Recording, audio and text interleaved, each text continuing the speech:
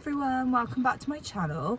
I've tried to film this video so many times and something happens, either little one wakes up or someone phones me or I've got to go and I run out of time. So I've actually resorted to filming it in the car whilst Dakota is asleep in the back. So, you know, I just thought this was the only way I was going to get this filmed. I've had a lot of requests in my inbox saying, you know, how did you get into vet school, being a mature student, how are you doing it, being a mum, or you know, all these questions. So I thought, you know what, I'm going to make a video and answer some of them now. So I'll try and keep it as brief as possible, but it is quite long-winded. So apologies if I blabber on. But yeah, I thought I'd go through some of the questions.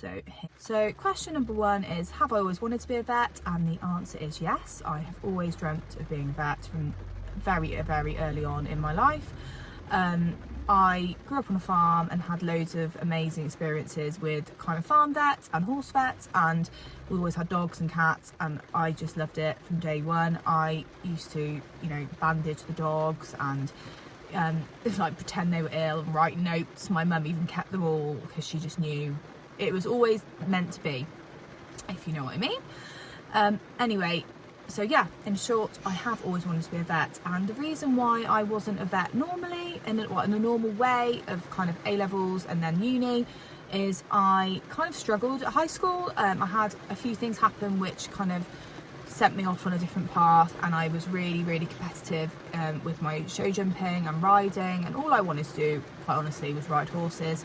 So I left school with okay-ish GCSEs and then kind of pursued my riding career, and that went well in some ways and not so well in other ways. I had lots of lame horses, spent a lot of time at vets doing workups, and that's where it kind of niggled back in, and I realised, oh no, it's still the dream, I still want to do it.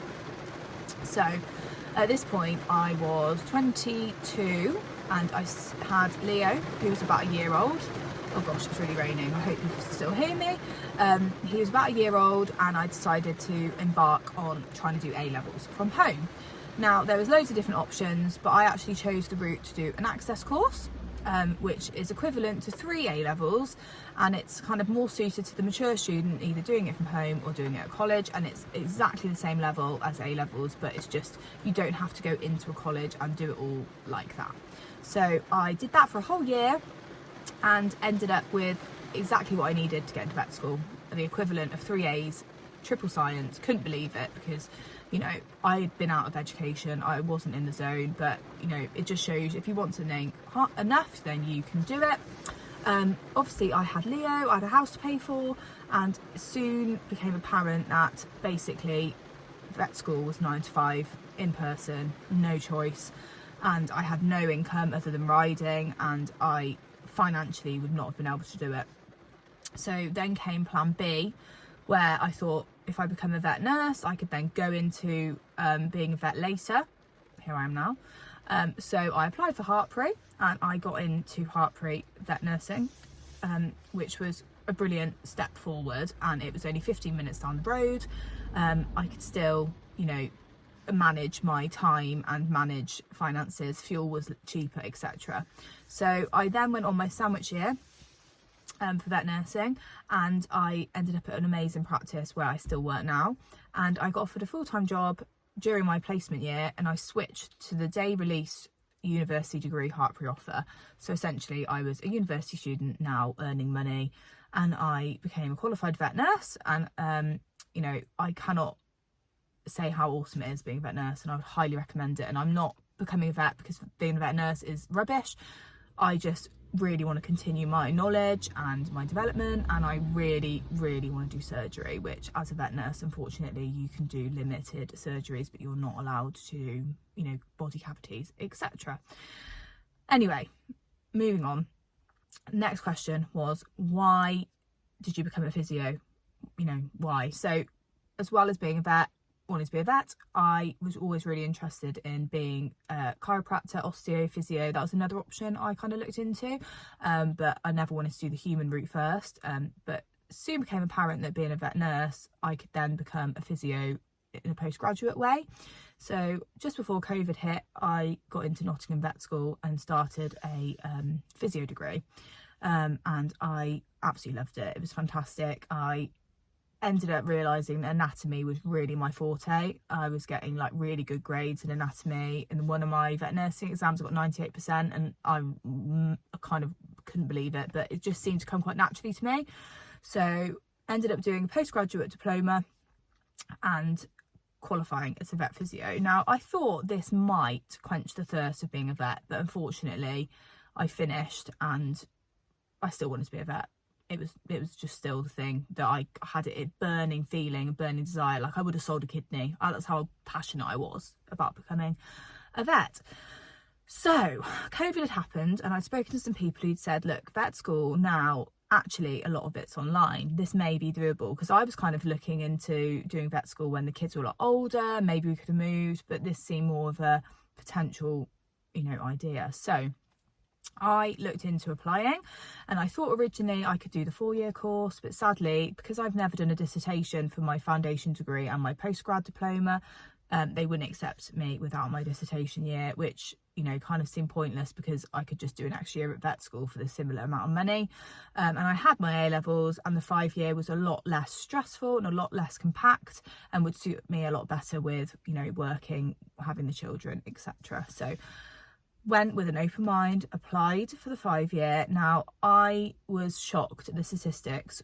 I think if I get this right, it's like 150 places and there was 2,500 applicants. The chances of me getting in first time were very slim, and I had a goal that I would apply twice, and if I didn't get in, I would take that as it's not meant to be. But I couldn't believe it when I got that offer, the unconditional offer. I did cry a lot. It was a massive dream come true. So here I am now. I am a vet student at Bristol Vet School. Still doesn't feel real, me saying that, and I know to some people they think, God, like, why are you so excited about it? But to those watching whose dream it is, you will get how incredibly amazing it feels to have got in, or that feeling that you've got the grades to get in. And even if you've got the grades, it's hard to get a place, and Bristol was my only shot. But there are loads of vet schools around the country, and the biggest advice to everyone would be, if you can, apply for everywhere you possibly can. Use your 5 options, and if you only have one shot like me, really study the kind of entry requirements and the guidance to enter. So Bristol's SAQ questions are weird compared to some unis. You have got to really know what they want from you, read the admission statement, and just tick boxes. Basically, it's not all about how much you love animals, it's about why you're going to be a good student, why you're going to be dedicated to the course. One of the biggest questions I get is, how on earth are you doing it? Like, how have you got 2 children, horses, job?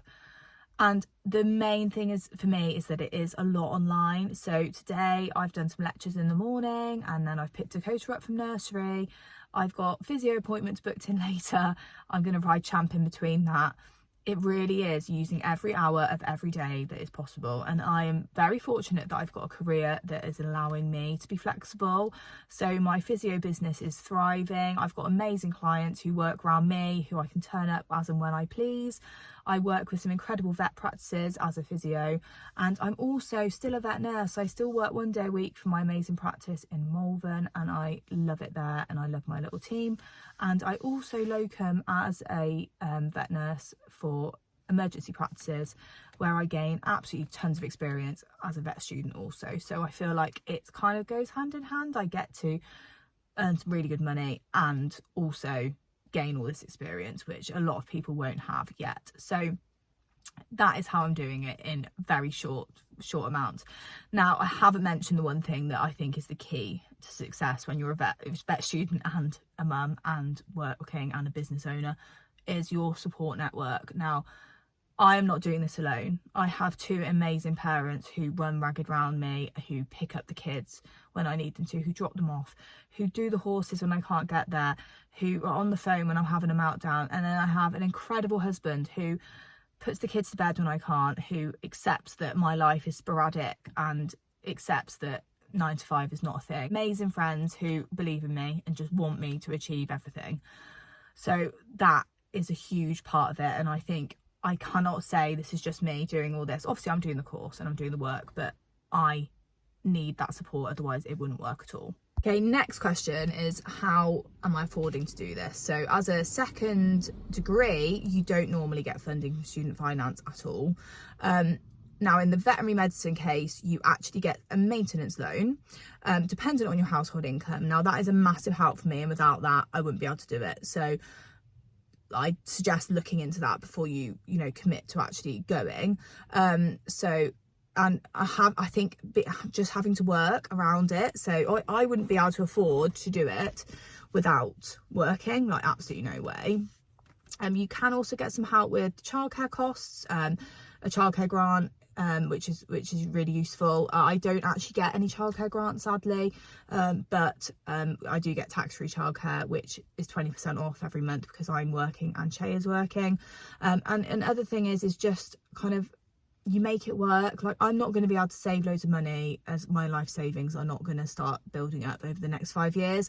I've got to have realistic expectations, and again, a support network. I'm not living alone. I've got a husband who helps, we split everything, and that is a massive part. I don't want to be portrayed as this kind of superwoman who pays for everything and is doing this massive uni degree and is a mum, and I'm not alone. I have like the best support network. As I was saying before, I have friends who literally run ragged around after me as well. If I need them to pick kids up, have the dogs, do the horses, as well as my family, I'm so lucky. So massive shout out to all of you for allowing this to be the dream. And one day, I'm hoping to pay you all back in some way. I'd absolutely love to open my own practice one day. It's the dream. I keep saying the dream. I've got so many dreams, but that's good, right? So yeah, that's one of the biggest questions I get. Another question is like, how am I finding the content of the course, and am I enjoying the course? And I'm loving every minute of it. Don't get me wrong, parts of it, being a vet nurse, is a little bit tedious. So how to handle a dog, how to handle a cat, I do that every day. Blood sampling, anaesthetics, I've done quite a lot of, diagnostic imaging, emergency work, but I have to remember that I'm working with people who have never done that before, and it's good to refresh my kind of knowledge and learn new things and learn the Bristol way, because that's how I'm going to be examined. It's an amazing course. The university is fantastic. They've been really supportive to me as a mature student. And yeah, I'm loving every minute of it. Another question is, do I feel like I'm an outsider because I'm an older student on the course? And no, I really don't. I've actually made some amazing friends already who are older than me.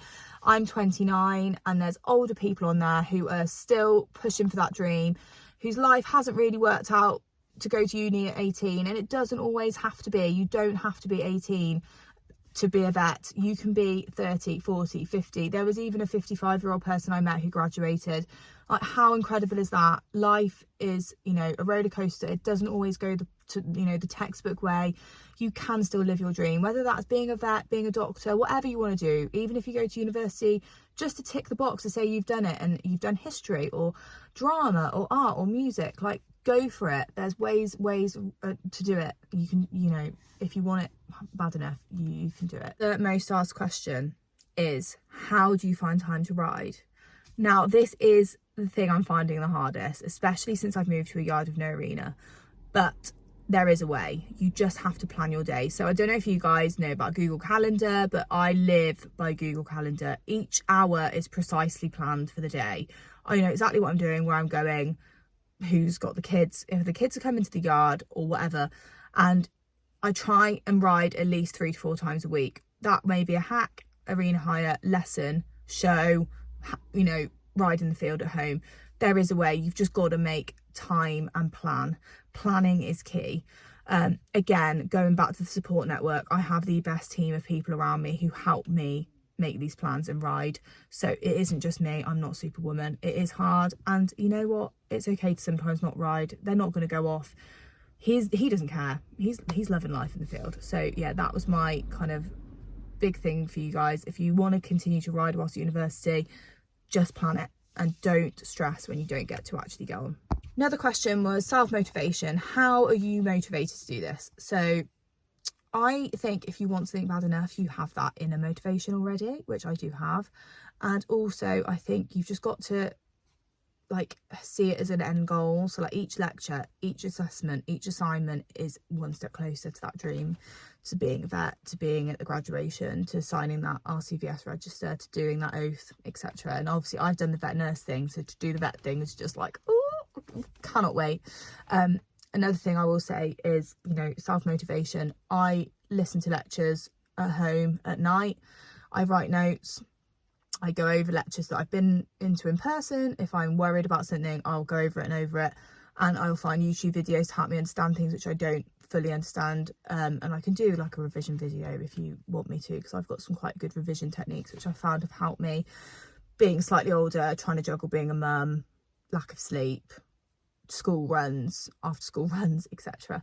So yeah, I think self-motivation is a thing that either comes naturally or doesn't. I'm really naturally self-motivated, and I'm quite lucky. I can study in a kind of busy environment and still absorb it all. Some people need to be in a silent location, so I think it's just really personal. So I also was at Nottingham and I got pregnant with Dakota in my second year. Now this was a big test for me to see. I thought if I could do this, then vet school could be doable. So I ended up being very pregnant in boiler suits, doing gait assessments. People thought I was mad, but I did it, and I wasn't going to let anyone stop me. And the university did actually suggest that I deferred, but I said, no, I'm not deferring, no way. So I was pregnant, did all the practicals, did my exams, and then had Dakota in the October. And then 3 weeks later, I had an anatomy exam. And I remember just thinking, oh my God, I'm still in mum mode. But I revised every hour she was asleep. I revised every hour when Che was asleep. I was doing it on my phone when I couldn't sleep. And I smashed it. And I'm so proud to say I did. So I feel like that in itself was a massive thing to me. Like, if you can do this, Izzy, vet school when she's actually like a child and not a newborn baby needing milk all the time, it will be doable. And that was one of the most proudest moments when I passed those exams first time, with no kind of worries or difficulty. I remember had an anatomy exam which was like 4 hours long in person, assessing every muscle on the dog and the horse, origin, insertion, innervation, action. And I just knew it because I did the work. And I went home to my baby, who was about 4 weeks old at the time, and I thought, one day I'm going to tell her this. I'm going to show her the pictures of her in her little chair. I'm going to show her how she motivated me to do this and give her the life that I want her to give. And I want to give her the horses she wants, because she is my horse mad already. And I want to go, you know, to buy her a car, buy them both lovely cars and holidays. I know it's not all about that, but to me, I want to give them what my mum and dad gave me, which was everything they possibly could. So I hope this video has been a bit of a help to those of you who are thinking of either applying for a university course or wanting to be a vet, or are a mum and want to, you know, push yourself and be that better person for your kids, because that was my driving force. Leo, when I had him, I was young, I was a bit naive, I just had this ridiculous idea of being a professional show jumper, which wasn't obviously that ridiculous. I could ride, I had some amazing opportunities, and I had lots of people telling me I was good enough to be a professional rider, but equally I didn't want to ever not be able to enjoy it. And I started not enjoying it because I felt like I had to ride to earn money and ride naughty horses, and I wasn't in that position where I had 10 incredible horses that were potentially Grand Prix horses. I had one really good horse who unfortunately had to be retired, and I didn't have the financial backing to be that person. So I knew I had to find a career that was going to fund the horses, because I was never going to give up on them. And you don't have to, it's just juggling it. Like today, I'm going to ride Champ probably for 15 minutes. It's not going to be a big, massive schooling session. It's keeping him ticking over. And then I've got to go and earn some money because I've got to keep the show on the road. But last week I went to a show, I did it, I kept him fit through the week, and I'm making it work. So yeah, just keep going, never give up on your dreams, guys. And if you've ever got any questions, I would love to help you about the application process, anything like that. I could go on forever about it, so drop me a message. I can always make another one of these videos. But yeah, lovely to speak to you all, and thanks for watching.